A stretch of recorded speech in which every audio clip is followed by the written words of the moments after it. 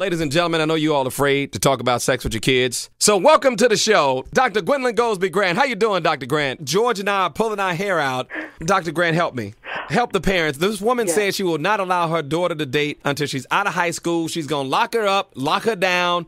There's not going to be any sex or nothing else. Please help these people. I don't know why in a high-tech age we cannot talk about sexuality.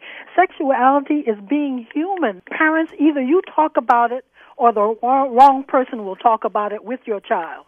And then you give them the ABCs of sex talk. What is the A? A is to prevent abuse. B is body knowledge, which gives you power.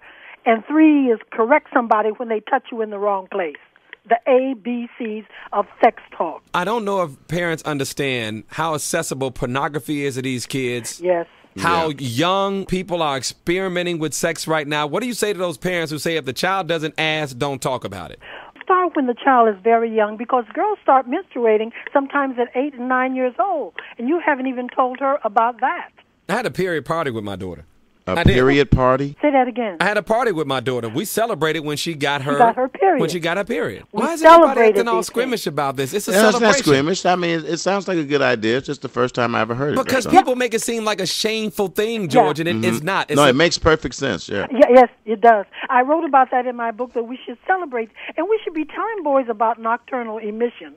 They feel guilty sometimes when they're sleeping, they have a nocturnal emission, and they ejaculate. You haven't even told them about that. I was asked about it, and I sat there and explained it to him. I was like, hey, it's, I went into the detail. I say that's what young men do when you have certain thoughts at night. Sometimes it's conscious and unconscious, and it happens. It's normal. Don't worry about it. Now, Absolutely. Now go play ball, boy. Right. That's it.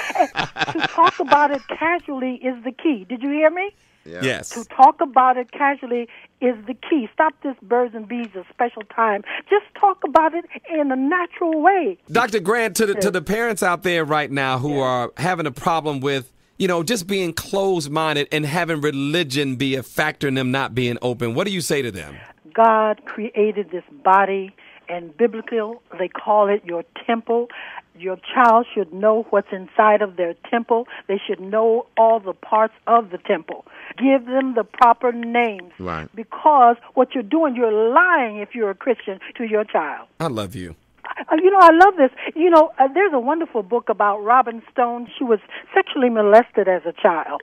And she wrote a book called No Secrets, No Lies by Robin Stone. And she has me on page 135 of this book talking to parents about how my mother raised me to know my body parts. An old man was in a car, and my daddy used to drive him around. I was about 7 or 8 years old, and he put a blanket over his legs because he was crippled, and he took my little 8-year-old hand and put it on his erect penis. But he didn't know that I knew what a penis was. And I said, my hand doesn't belong on your penis. The man had a seizure. Because he never expected a little 7, 8-year-old to have a voice. I love your stories. I do, and his penis was never to get erect again. That'll do it. Dr. Gwendolyn Goldsby Grant, author of the book Best Kind of Loving. Thank you very much, Doc. I appreciate you so much. And get that book, No Secrets, No Lies, by Robin Stone. Great idea. Thank you, Doc. Okay, darling.